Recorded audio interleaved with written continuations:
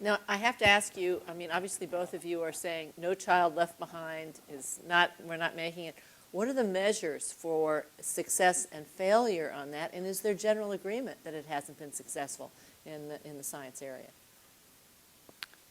I think there's pretty strong agreement that it hasn't been successful in the science area. I mean, it's just so clear. We test science once in middle school and once in high school, and we test reading and math every year, and our sanctions are all around reading and math. So quite clearly it's created a problem not only for science, but also for social studies, for the arts, for music.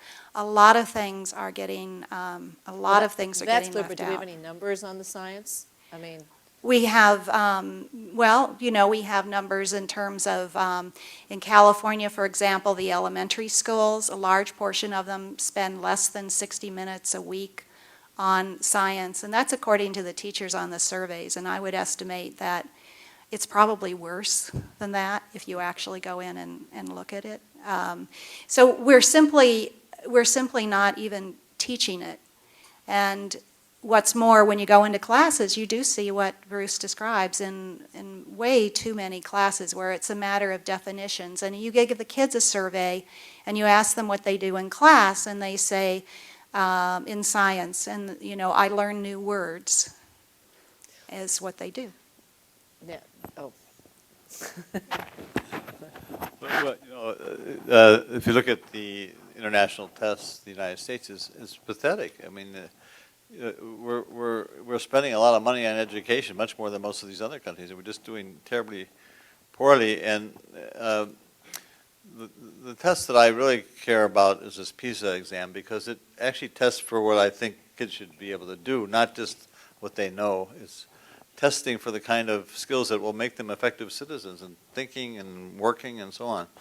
And you know, the United States is doing terribly on that. The top of that scale is Finland, a country that does exactly the opposite of the United States, and No Child Left Behind. Exactly, it's just the opposite.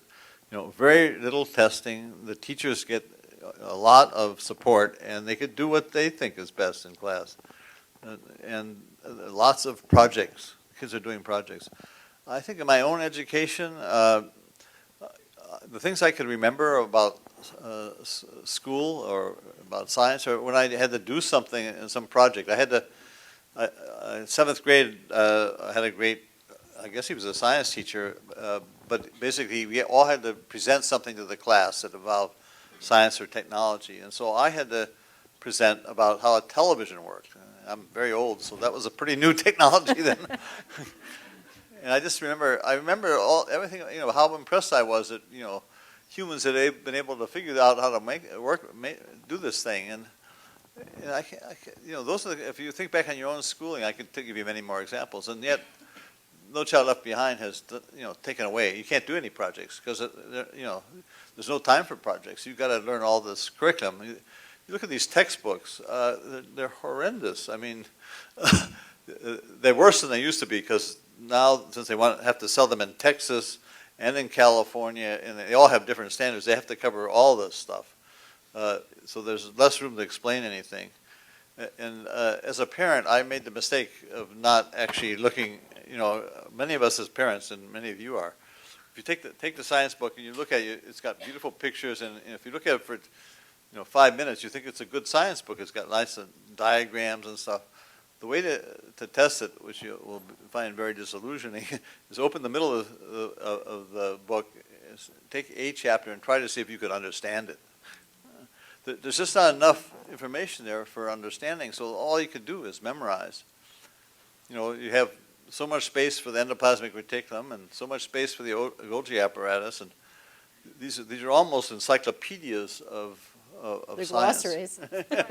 So, Right. so it's, and you know, the big test is, for me, I'm a scientist. I find it boring and uninteresting. How do you expect kids to find it interesting?